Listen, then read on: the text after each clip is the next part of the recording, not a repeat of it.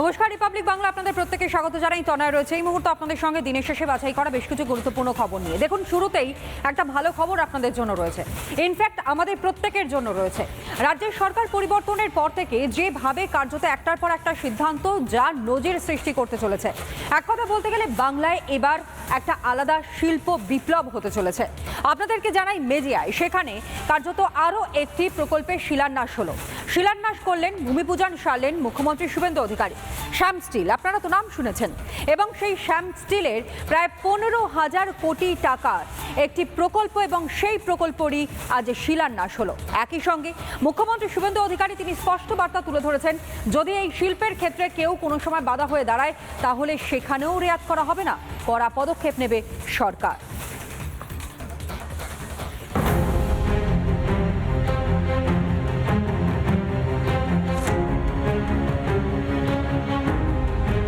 বাঁকুড়ার মেজিয়ার আকাশে বাতাসে এখন উৎসবের সুর। এককালে শিল্পের বদ্ধভূমি হিসেবে পরিচিত বাংলাতেই এবার ডানা মেলেছে নতুন শিল্প স্বপ্ন। শ্যাম স্টিলের 15,000 কোটি টাকার বিশাল বিনিয়োগ বদলে দিল বাংলার এতকালের রুগ্ন ছবিটা। কারখানার ভিত্তিপ্রস্তর স্থাপনের আগে এক অন্য মেজাজে দেখা গেল মুখ্যমন্ত্রী শুভেন্দু অধিকারীকে। শুভ কাজ শুরুর আগে দিলেন পুজো। ধরতি মাতা কি। মেজিয়ায় পৌঁছে প্রথমেই তিনি পুজো দিলেন হনুমান মন্দিরে। 15,000 কোটি টাকার বিনিয়োগ, সেই প্রচুর কর্মসংস্থানের সুযোগ হবে, একই সঙ্গে অনুসারী শিল্পে বিকাশ করবে এবং এই মুহূর্তে মন্দিরে পুজো দিতে গেলেন রাজ্যের মুখ্যমন্ত্রী।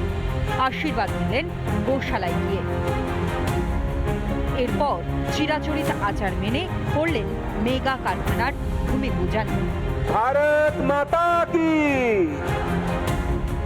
শুধু কারখানা করা নয়, শিল্পকে রক্ষা করতে কড়া হুঙ্কার শোনা গেল মুখ্যমন্ত্রীর গলায়। বাংলায় শিল্পবান্ধব পরিবেশ গড়তে আইন শৃঙ্খলার ওপর সবচেয়ে বেশি জোর দিয়েছেন তিনি। কারখানার গেটে তালা লাগালে আপনাকে হাজতের ভিতরে থাকতে হবে।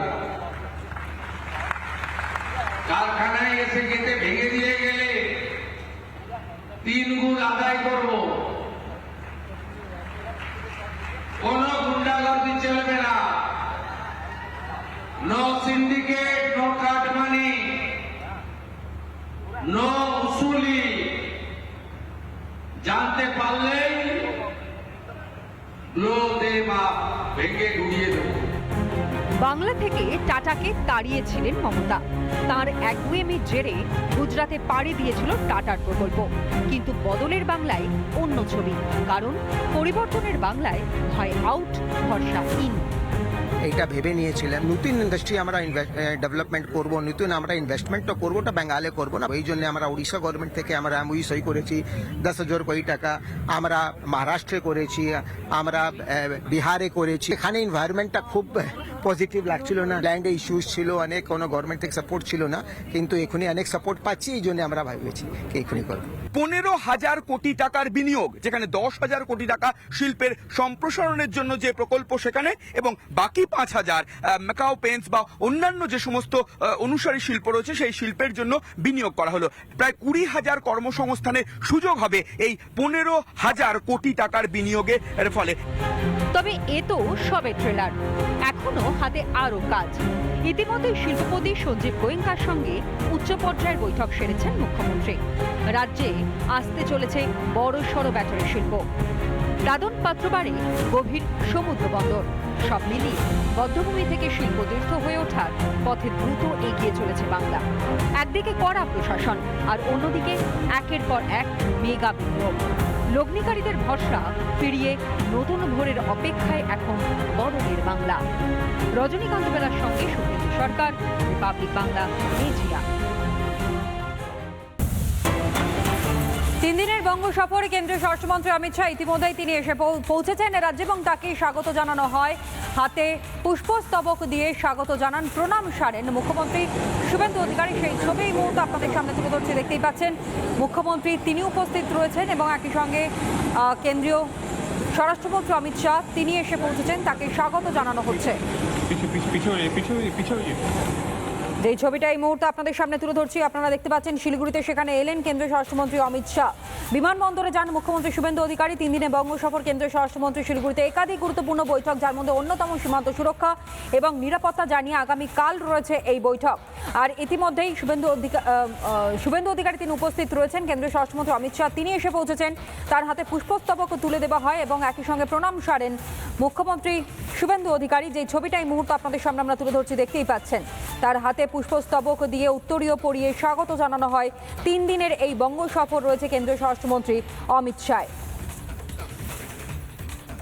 বিজেপির একাধিক যারা মন্ত্রীরা রয়েছেন, শঙ্কর ঘোষ সহ একাধিক মন্ত্রী তারা উপস্থিত রয়েছেন, সাংসদরা তারা উপস্থিত রয়েছেন এবং পুষ্পস্তবক দিয়ে উত্তরীয় পরিয়ে স্বাগত জানানো হয় আজ কেন্দ্রীয় স্বরাষ্ট্রমন্ত্রী অমিত শাহকে। সেনা আধিকারিকরা তারাও উপস্থিত ছিলেন। শিলিগুড়ি বাগডোগরা বিমানবন্দরের ছবি এই মুহূর্তে আপনাদের সামনে আমরা তুলে ধরছি।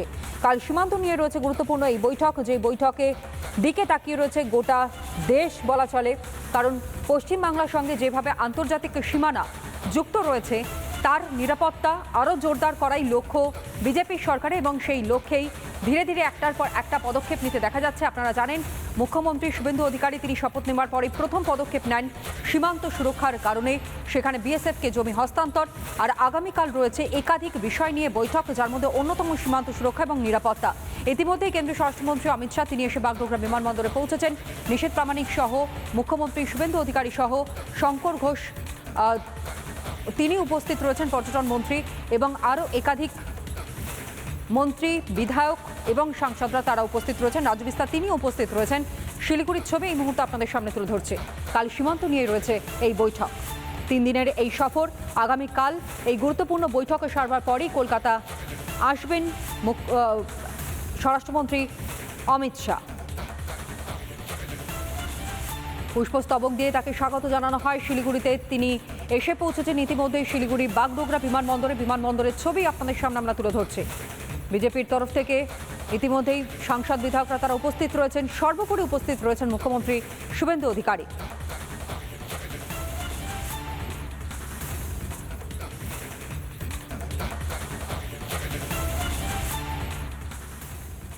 রাজ্যে শিল্পে খরা কাটতে চলেছে। মুখ্যমন্ত্রী শুভেন্দু অধিকারী তিনি আজ বক্তব্য রাখতে গিয়ে বেশ কিছু কথা বলেন, যার মধ্যে অন্যতম একদিকে 34 বছরের বাম শাসন আর অন্যদিকে এই 15 বছরের তৃণমূল শাসন। রাজ্যে কার্যত শিল্প বান্ধব পরিবেশ তো দূরের কথা, শিল্প যাতে না হয় সেই প্রচেষ্টাই হয়তো এরা করে গিয়েছেন। কিন্তু এবার রাজ্যে পালাবদল হয়েছে, সরকার বদল হয়েছে, সুতরাং শিল্পে যে জোয়ার আসতে চলেছে সেই বার্তাও আজ তুলে ধরেছেন শুভেন্দু অধিকারী। একই সঙ্গে তিনি এটাও ব্যাখ্যা করেছেন যে বাম হোক বা তৃণমূলের জমানা গোটাটাই একটা কালো অধ্যায় ছিল। সিঙ্গুর থেকে শালবনী কোথাওই শিল্প সেই অর্থে হয়নি, তবে এবার আশা পূরণ হবে। মানুষের যে চাহিদা ছিল সেই চাহিদা পূরণ হবে, কারণ ভরসা ইন, ভয় আউট। এবারে যদি সরকারটা না আসতো এরা সব উড়িষ্যা চলে যাবে ঠিক করেছিল। বাংলার শিল্পের চাকা থমকে রয়েছে বহু বছর। কর্মসংস্থানের অভাবে পেটের ভাত জোগাতে প্রতিদিন হাজার হাজার যুবককে পাড়ি দিতে হয়েছে ভিন রাজ্যে। এই জ্বলন্ত ইস্যু নিয়েই এবার মেজিয়া থেকে সরব হলেন শুভেন্দু অধিকারী। বাম জামানাকে বাংলার শিল্পের ইতিহাসে কালো অধ্যায় বলে উল্লেখ করলেন মুখ্যমন্ত্রী।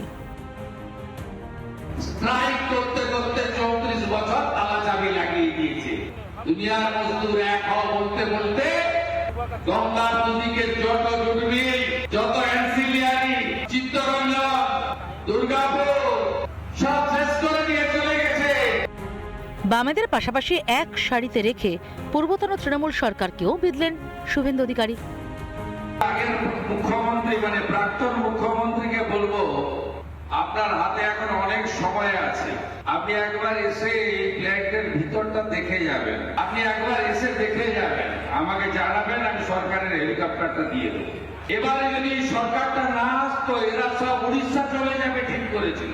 শিল্প বান্ধব সরকারের তরফ থেকে মুখ্যমন্ত্রী শুভেন্দু অধিকারী বলছেন যে কোনো রকম তোলাবাজি কাটমানি করা চলবে না। শিলান্যাসের যে মঞ্চ সেই মঞ্চ থেকেও কিন্তু মুখ্যমন্ত্রী শুভেন্দু অধিকারী হুঁশিয়ারি দিয়ে গেলেন তোলাবাজি, কাটমানি এবং সিন্ডিকেট রাজ বন্ধ করতে।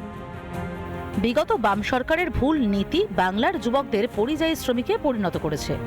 পূর্বতন তৃণমূল সরকার সেই ক্ষতে প্রলেপ দেওয়ার পরিবর্তে তোলাবাজির সংস্কৃতিকে প্রশ্রয় দিয়েছিল, যার ফলে নতুন কোনো ভারী শিল্প রাজ্যে পা রাখেনি।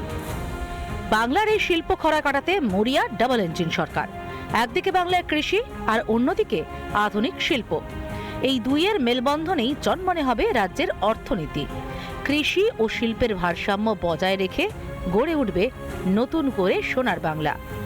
রজনীকান্ত বেরার সঙ্গে সুখেন্দু সরকার, রিপাবলিক বাংলা, মেজিয়া। শুধু ফাঁকা আওয়াজ আর ফাঁকা বুলি। একেবারে তৃণমূলের জমানা থেকে যে শুরু করেছিলেন এখনো পর্যন্ত, তৃণমূল ক্ষমতা থেকে চলে গেছে, কিন্তু তারপরেও সেই ফাঁকা বুলি, সেই হম্বিতম্বি এখনো পর্যন্ত রয়েছে। কার কথা বলছি? রাজ্যের প্রাক্তন গ্রন্থাগার মন্ত্রী সিদ্দিকুল্লাহ চৌধুরী। 1 কোটি মানুষ নিয়ে নাকি জমায়েত, কিন্তু কোথায় সেই 1 কোটি? এমনকি গাড়ি থেকে নামতে পর্যন্ত ভয় পেলেন। আইনের জন্য ভয় পেলেন? পুলিশ না কেন্দ্রীয় বাহিনী?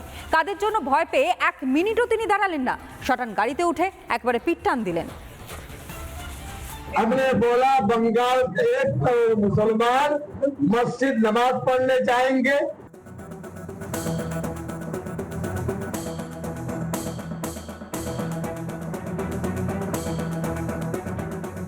আমাদের সিদ্ধান্ত আইনের রাস্তা খোলা। এ তো রীতিমতো ডিগবাজি। হাওয়ার চেয়ে দ্রুত গতিতে ডিগবাজি খেলেন সিদ্দিকুল্লাহ চৌধুরী। বৃহস্পতিবার তো 1 কোটি লোক জমায়েতের ফাঁপা হুমকি দিয়েছিলেন। बंगाल के 1 करोड़ मुसलमान नमाज पढ़ने जाएंगे। सुबह की नमाज कल 11:30 बजे गेट पर जाएंगे। मोहल्ले के आदमी नोटिस देने में क्या परेशानी? गुंडागर्दी इसलिए है हम पर वार करने की कोशिश हुई है। আর শুক্রবার সেই সিদ্দিকুল্লাহর মুখেই আইনের কথা। আমাদের সিদ্ধান্ত আইনের রাস্তা খোলা। 1 কোটির বেশি মানুষ নিজের নিজের মসজিদে দোয়া করেছেন যথাসাধ্য কালো ব্যাজ পরে। এক হলো আদালত, আর একটা হলো অফিসিয়ালি চিঠি, সেটা কমিটি আলোচনা করে ঠিক করবে। কেন হঠাৎ মিনমিন করছেন সিদ্দিকুল্লাহ? আসলে বিমানবন্দর পৌঁছাতেই চক্ষু ছানা বড়া প্রাক্তন মন্ত্রী মশাইয়ের। এলাকায় 4 জন বা তার বেশি লোক জমায়েত হলে প্রশাসন আইনানুগ ব্যবস্থা নিতে বাধ্য থাকে। অনুরোধ করা হচ্ছে যে এই নির্দিষ্ট এলাকাতে অবাঞ্ছিত জমায়েত করবেন না। প্রশাসনের সাথে সরকারি নির্দেশ পালনের সহযোগিতা করুন। সকাল থেকে পুলিশ আর কেন্দ্রীয় বাহিনীতে 6 লাখ এলাকা, সঙ্গে আবার 163 ধারা। আইনের শাসন দেখে বিপ্লবী প্রতিবাদীদের আত্মারাম খাঁচা ছাড়া হওয়ার জোগাড়। পেয়েছেন পারমিশন? পাননি আপনারা? না। এই যে আপনাদের মসজিদের ভেতরে নামাজ পাঠ বন্ধ করা হচ্ছে। সেন্সিটিভ জায়গা সরকার চেয়েছে, বন্ধ করেছে। নো ইস্যু না, বাইরে অন্য জায়গায় পড়বো। কোথায় পড়বেন তাহলে? আমাদের মাদ্রাসা আছে, আমাদের মসজিদ আর বাইরে কি জায়গা আছে, সেখানে পড়বো। এসব দেখে বিমানবন্দর চত্বরে 1 মিনিটও দাঁড়াননি প্রাক্তন মন্ত্রী মশাই। গাড়ি হাঁকিয়ে পিট টান দেন। দুপুর 12টা নাগাদ যখন বিমানবন্দরের কাছে পৌঁছান সিদ্দিকুল্লাহ, তখন সঙ্গে 1 কোটির বদলে গুটি কয়েক সমর্থক। মানুষও আর উস্কানির ফাঁদে পা দিতে রাজি নয়। কি ভেবেছিলেন সিদ্দিকুল্লাহ সাহাব? এটা কি তৃণমূল জমানা? মানুষকে ভুল বোঝাবেন, উস্কানি দেবেন আপনারা, আর সরকারের তোষণের নামে দর্শক হয়ে থাকবে? সেসব অতীত। সিদ্দিকুল্লাহ সাহেব ভুলে গেছেন যে সরকারটা চেঞ্জ হয়ে গেছে। সরকারের মুখ্যমন্ত্রীর নাম শুভেন্দু অধিকারী। কোনো আইন ভঙ্গকারীদের সঙ্গে যা করা উচিত, যদি কেউ আইন ভাঙতে চান তার সাথে তাই করা হবে। বঙ্গে এখন আইনের শাসন। অপরাধীদের ধর্ম, জাত পাত দেখে রেয়াত করা হয় না। হুমকি ধমকিতে ভয় পায় না সরকার। রিপাবলিক বাংলা। তাসের ঘরের মতন সম্পূর্ণভাবে একেবারে হুড়মুড় করে ভেঙে পড়ছে এই মুহূর্তে কালীঘাট তৃণমূল। আচ্ছা, কালীঘাট তৃণমূলের মিত্রটাকে, কেন এই মিত্রের কথা বলছি? কারণ আজ চর্চায় রয়েছেন মদন মিত্র আরও একবার। এই মদন মিত্র এবং কুণাল ঘোষ তারা মুখোমুখি হন, কিন্তু মুখোমুখি হওয়ার পরও কোথাও না কোথাও গিয়ে একটা ওই ছলে বলে কৌশলে কিছু একটা বোঝানোর চেষ্টা করেন কুণাল ঘোষ, যেমনটা করে থাকেন বরাবরই।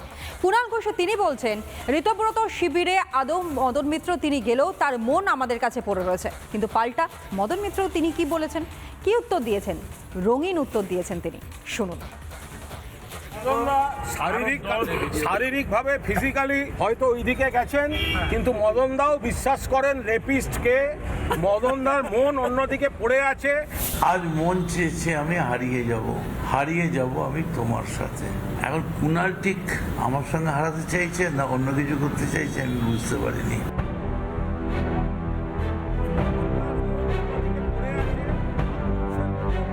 তৃণমূলের অন্দরে কি তবে নতুন সমীকরণ? একদিকে কালীঘাটপন্থী তৃণমূল, অন্যদিকে ঋতব্রতপন্থী তৃণমূল। দুই শিবিরের চুলোচুলি চরমে। বুধবার কালীঘাটপন্থী তকমা ঝেড়ে মদন মিত্র নাম লিখিয়েছেন ঋতব্রত শিবিরে। আজ এই মুহূর্ত থেকে মমতা বন্দ্যোপাধ্যায় তৃণমূল কংগ্রেসের সমস্ত রকম পদ থেকে আমি ইস্তফা দিলাম। আমি তৃণমূলে ছিলাম, তৃণমূলেই রইলাম, শুধু আমি এই ঘর থেকে ওই ঘরে গেলাম। এই ঘটনার দুদিনের মধ্যেই বিস্ফোরক মন্তব্য কুণাল ঘোষের। মদনদা ঋতব্রত শিবিরে গেলেও তার মন আমাদের দিকেই পড়ে। আমি তো যখন কোনো চক্রান্তে পড়ে, আমি এর আগে জীবনের উত্থান পতন, স্বর্গ নরক, নাগরদোলা এগুলো সব আমার দেখা হয়ে গেছে। তো আমি তো, আমাকে যখন কেউ কোনো অপবাদ দিয়ে অ্যারেস্ট করেছিল তখন তো আমি এসএসকেএম এর উডবান ওয়ার্ডের জামাই আদরের কোনো স্কোপ পাইনি। ফলে এক একজনের মনে এক এক রকম গান থাকে, তো তারা সেসব নিয়ে গবেষণা করতে পারে। আমার গান আমার বাঁধা আছে একদম নিশ্চিতভাবে। পথে এবার নামো সাথী, পথেই হবে পথ চেনা। মমতা বন্দ্যোপাধ্যায়ের সঙ্গে ছিলাম, মমতা বন্দ্যোপাধ্যায়ের সঙ্গে আছি। মমতা বন্দ্যোপাধ্যায়ের প্রতীক নিয়ে দাঁড়িয়ে বিধায়ক হয়ে এখানে এসে বসতে পেরেছি, বেইমানি করতে পারবো না। কুণাল ঠিক কি বোঝাতে চাইলেন? তাহলে কি সত্যিই মদনের মন পড়ে কালীঘাট তৃণমূলের দিকে? জবাব দিতে দেরি করেননি মদন মিত্র। আজ মন চেয়েছে আমি হারিয়ে যাব আমি তোমার সাথে। এখন কুণাল ঠিক আমার সঙ্গে হারাতে চাইছে না অন্য কিছু করতে চাইছে আমি বুঝতে পারিনি। তবে আমার মনে হচ্ছে বোধহয় কুণালের হারাবার দিনটা খুব তাড়াতাড়ি, এটা আমার মনে হয়। এ যেন একে অপরকে টেক্কা দেওয়া লড়াই। পাপের ফল ভুগছেন মমতা, তৃণমূলের কোন্দল দেখে খোঁচা আইএসএফ এর। তৃণমূল যে পাপগুলো করেছে অবশ্যই মমতা ব্যানার্জিকে একটা বড় অংশে পাপ নিতেই হবে মাথায়, কারণ তিনি দলের সর্বোচ্চ নেত্রী ছিলেন। তার আমলে অন্যায়গুলো হচ্ছিল, তিনি মুখ বুঝে সহ্য করেছেন। এই পাপের ফলগুলো এগুলো হচ্ছে। কার মন কোন দিকে? যদিও এসব দিকে মন দিতে নারাজ শাসক দল বিজেপি। আর কেউ নেই ওনার সঙ্গে, 4-5 জন আছেন। আমি তো বলেছিলাম ওরা জায়গা চাইছিলেন, 21শে জুলাইয়ের জন্য জায়গা আমরা নির্দেশ করে দিয়েছি। কালীঘাটে ওনার বৈঠকখানাটা যথেষ্ট ওনার 21শে জুলাইয়ের জন্য। কালীঘাটের বৈঠকখানা মমতা ব্যানার্জির 21শে জুলাই ওখানে পালন করবেন, আর লোক নেই ওনার। ভোটে ভরাডুবির পর থেকেই পিসি ভাইপোর হাত থেকে বেরিয়ে যাচ্ছে পর সাংসদ থেকে বিধায়করা। শিবরাত্রি সলতে হয়ে কালীঘাট পৌঁছে তৃণমূলে ছিলেন বেলেঘাটার বিধায়ক কুণাল ঘোষ। এবার কি নতুন কোনো সমীকরণ? রিপাবলিক বাংলা। একের পর এক বিধায়ক, একের পর এক সাংসদ তারা হাতছাড়া হয়ে যাচ্ছেন। রাজ্যসভা হোক, লোকসভা হোক, পরিষদীয় মন্ত্রিত্ব হোক, সংসদীয় মন্ত্রিত্ব হোক, প্রত্যেকটা জায়গায়। কিন্তু তারপরেও কোথাও না কোথাও গিয়ে খান হয়ে যাওয়ার পরও মমতা বন্দ্যোপাধ্যায় তিনি তার প্রথম দিনের সঙ্গীদেরকে ছেড়ে দিয়ে কোথাও না কোথাও অভিষেক বন্দ্যোপাধ্যায়ের দিকেই এখনো পর্যন্ত বিশ্বাস রেখেছেন। আর এটাই কি কার্যত কাল হতে চলেছে? মমতা বন্দ্যোপাধ্যায় তিনি কি অস্তিত্ব হারাতে চলেছেন? কালীঘাট তৃণমূল তার অস্তিত্ব থাকবে তো? 26-এর বঙ্গে গেরুয়া ঝড়, পদ্মের দাপটে ধুয়ে মুছে সাফ ঘাসফুল, ভোটে ভরাডুবি, বেহাত নেতারা, হাতে গোনা কয়েকজন ছাড়া বেশিরভাগ বিধায়কই মমতার হাতছাড়া। সংসদেও চুরমার ঘাসফুল, ভেঙে খান পিসি ভাইপোর তৃণমূল। বলেছিলাম, আমি তো আগেই ভবিষ্যৎবাণী করেছিলাম যেদিন হারবেন তারপরে পিসি আর ভাইপো ছাড়া পার্টিতে কেউ থাকবে না। মিলে যাচ্ছে দেখুন। তৃণমূলের বিধায়কেরা দল বদল করেননি, কিন্তু শিবির বদল করেছেন। মমতার হাত ছেড়ে ঋতব্রত শিবিরে নাম লিখিয়েছেন। ভোট মিটতেই পিসি ভাইপো তৃণমূল ভেঙে চুরমার। অভিষেক বাবু বলুন বা মমতা ব্যানার্জি বলুন বা তৃণমূল কংগ্রেসের যে থেকে যে মধু পাওয়ার সেটা নাই, মধুর হাড়ি শেষ হয়ে গেছে।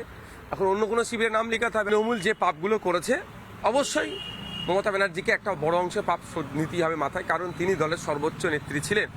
তার আমলে অন্যায়গুলো হচ্ছিল, তিনি মুখ বুজে সহ্য করেছেন। এই পাপের ফলগুলো এগুলো হচ্ছে। মমতার দুর্দিনের সৈনিক, দলের জন্য জেলে যাওয়া তৃণমূল নেতারাও এখন আর কালীঘাট বা ক্যামাক স্ট্রিটের পাশে নেই। যে কালীঘাট থেকে তৃণমূল কংগ্রেস যেভাবে পরিচালিত হচ্ছে, সেভাবে আর যাই হোক এই দবদবা বিজেপিকে লড়াই করা যাবে না। মদন, কেষ্ট, বালু কেউই আর পাশে নেই। এরপর মমতার অস্তিত্ব থাকবে তো? ममता बनर्जी का चैप्टर क्लोज हो गया, क्यों उसको जिंदा रखे हुए हैं? आप देखिए, अच्छा तृणमूल खराब तृणमूल में मैं नहीं जाता हूं।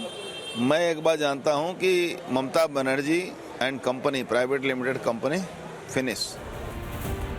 ভেঙেছে তৃণমূল, দলের তহবিল ও প্রতীক নিয়ে দড়ি টানাটানি চলছে। একের পর এক নেতা দূরত্ব বাড়িয়ে অভিষেককে দুষছেন, তারপরেও ভাইপোর পাশেই দাঁড়াচ্ছেন পিসি। রিপাবলিক বাংলা। গোবিন্দপুর রেলগেটে পুলকার দুর্ঘটনা এবং সেই দুর্ঘটনায় কড়া বার্তা এবার তুলে ধরলেন মুখ্যমন্ত্রী শুভেন্দু অধিকারী। স্পষ্ট করে তিনি বললেন যে এটা সম্পূর্ণভাবে মানুষের ভুল এবং এর জন্য দায়ী রয়েছেন গেটম্যান, যার উপযুক্ত শাস্তি হবে। সাত সকালে মর্মান্তিক দুর্ঘটনা মুর্শিদাবাদের কর্ণসুবর্ণ এলাকার গোবিন্দপুর রেলগেটে।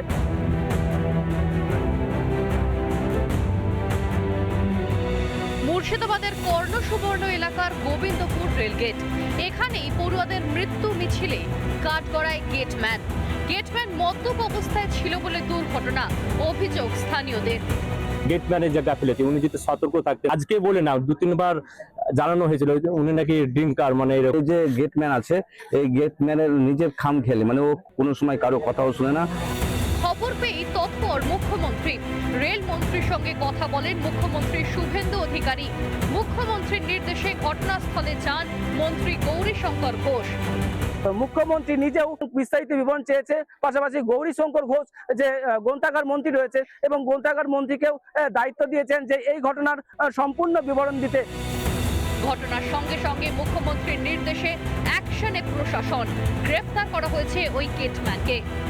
যাকে আমরা গ্রেপ্তার করেছি গেটম্যান, তার জন্য প্রাথমিক তদন্তে তার জন্যই এইরকম একটি মর্মান্তিক ঘটনা আজকে এই সকালবেলা পশ্চিমবাংলার মানুষকে শুনতে হলো। ওই গেটম্যানকে গ্রেপ্তার করা হয়েছে।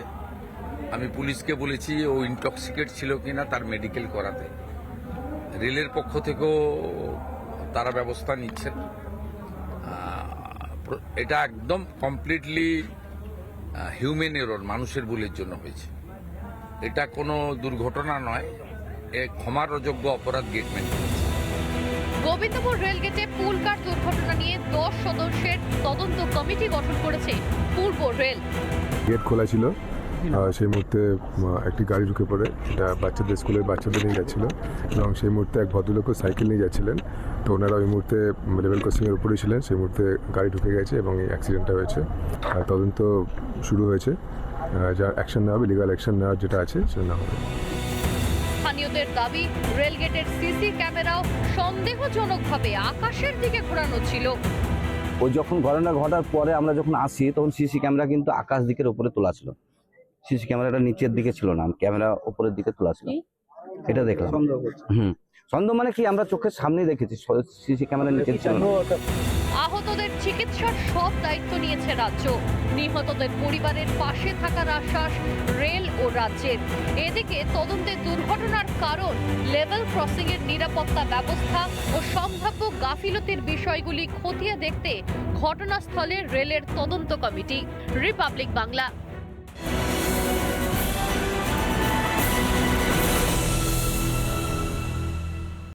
নানা ধরনের কন্টেন্ট দেখার জন্য লাইক করুন, শেয়ার করুন আমাদের ফেসবুক পেজ, সাবস্ক্রাইব করুন আমাদের ইউটিউব চ্যানেল।